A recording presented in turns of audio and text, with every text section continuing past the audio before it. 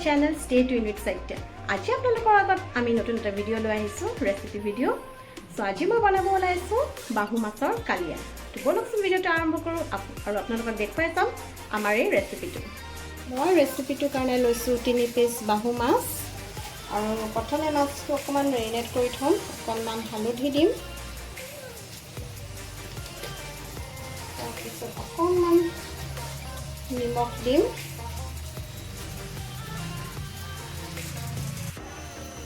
অকণমান মিঠাতেল দি দিম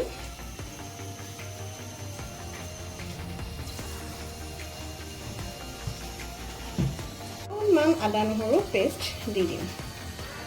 এনেকৈ ধুনীয়াকৈ হালধি নিমখৰ তেলটো সানি পেলাম আদা নহৰু সানি অকণমান আধা ঘণ্টামান ইয়াত থৈ দিম এতিয়া মোৰ কেৰাহী গৰম হৈ গ'ল আৰু মই এতিয়া অকণমান ইয়াত সৰিয়হৰ তেল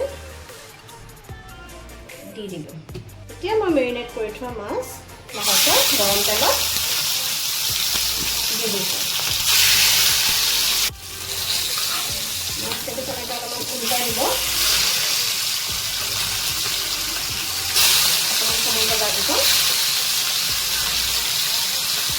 এয়া চাওক মই মাছ কেইপিচ ধুনীয়াকৈ ভাজি ল'লোঁ অলপ ৰঙচুৱাকৈ মই লৈছোঁ সৰু সৰু দুটা পিঁয়াজ এনেকৈ স্লাইচ কৰি লৈছোঁ তাৰপৰা অকণমান পিঁয়াজ এনেকৈ পেষ্টটো কৰি লৈছোঁ তাৰপৰা টমেটো পিউৰি আৰু দুখিলা তেজপাত এটা শুকান জলকীয়া আদা নহৰু পেষ্ট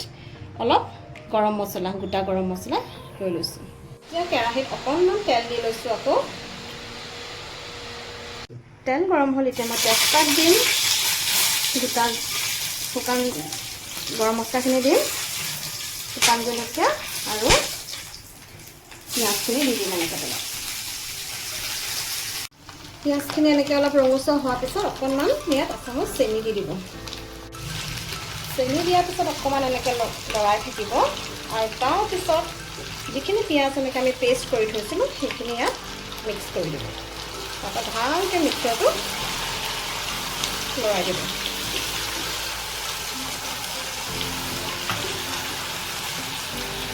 এতিয়া মই অলপ হালধি দিলোঁ ইয়াত তাৰপিছত অলপ জিৰা পাউডাৰ দি দিব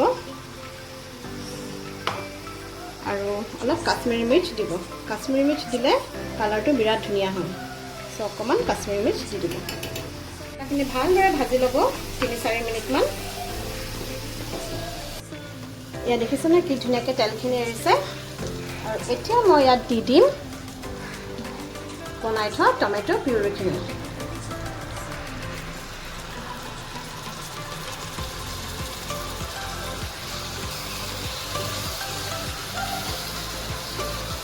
আপোনালোকে এনেকৈ টমেটো পিউৰিখিনি অলপমান ধুনীয়াকৈ সিজাই থাকিব আৰু যদি আপোনালোকে এক্সট্ৰাকৈ আৰু অকণমান পিঁয়াজ কাটি থৈছে তেতিয়াহ'লে এইটো সময়ত দিব পাৰে কাৰণ কি এতিয়া যদি পিঁয়াজ দিয়ে তেতিয়াহ'লে অলপমান বিৰাট মিঠা মিঠা নিচিনা টেষ্ট এটা হয় বৰ ভাল লাগে কিন্তু মোৰ যেনিবা কাটি থোৱা নহ'ল আপোনালোকে এনেকৈ ট্ৰাই কৰি চাব পাৰে আৰু এইখিনি ভালদৰে কুক হ'বলৈ দিয়ক এতিয়া মই ইয়াত নিমখ দি দিছোঁ আৰু আপোনালোকে জলকীয়া ব্যৱহাৰ কৰিব পাৰে কিন্তু মই ইয়াত জলকীয়া ব্যৱহাৰ কৰা নাই যিহেতু আমাৰ সৰু ছোৱালী আছে সেইকাৰণে মই জ্বলা নাই দিয়া ইয়াত আপোনালোকে নিজৰ সোৱাদ অনুসৰি জলকীয়া ব্যৱহাৰ কৰিব চাওক এয়া 80% সিজি গৈছে বস্তুখিনি আৰু মই এতিয়া ব্যৱহাৰ কৰিম এইটো দৈ তো অকণমান ইয়াত মই দৈ দি দিম আঢ়ৈ চামুচমান মই এনেকৈ দৈ দি দিলোঁ দৈটো দিওঁতে আপোনালোকে গেছটো একদম ল' কৰি ৰাখিব নহ'লে দৈটো ফাটি যোৱাৰ সম্ভাৱনা থাকে তাৰপিছত এনেকৈ ধুনীয়াকৈ মিক্স কৰি দিব সকলোখিনি দৈটো দি পেলাই এনেকৈ অকণমান সময় ভাজি থাকিব আৰু যেতিয়ালৈকে তেল নেৰে তেতিয়ালৈকে আপোনালোকে পানী নিদিব যেতিয়া ইয়াৰ পৰা তেল ওলাব তাৰপিছতহে আপোনালোকে পানী দিব আৰু মই ব্যৱহাৰ কৰিছিলোঁ টেঙা দৈ এয়া চাওক তেলটো কেনেকৈ ছেপাৰেট হৈ গৈছে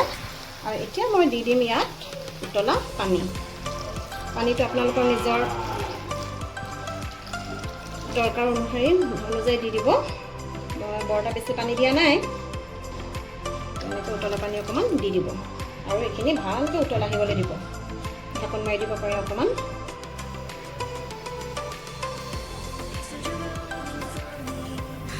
পানীখিনি এনেকৈ উতলাৰ পিছত আপোনালোকে মাছ কেইপিচ এনেকৈ ইয়াতে দি দিব।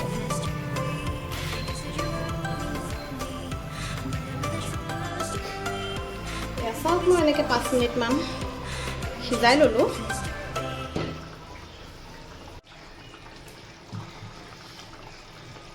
এতিয়া আপোনালোকে অকণমান ইয়াত ঘিউ দি দিব আৰু অকণমান গৰম মছলা দি দিব। নমোৱাৰ আগে আগে আপোনালোকে অকণমান ইয়াত এনেকৈ ধনিয়া ছটিয়াই দিব পাৰে যদি ধনিয়া আছে। চাওকচোন কালাৰটো কি সুন্দৰ হৈছে দেখিবলৈ। এয়া চাওক আমাৰ মাছৰ কালিয়া ৰেডি হৈ গৈছে আৰু কি ধুনীয়া গ্ৰেভিটো দেখিছেনে। ইমানখিনি কনচিষ্টেঞ্চি মই ৰাখিছোঁ।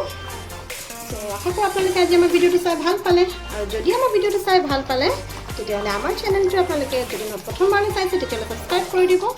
আৰু আমাৰ ভিডিঅ'টো লাইক, কমেণ্ট আৰু শ্বেয়াৰ কৰিব নাপাহৰিব। থেংকছ ফৰ ৱাচিং।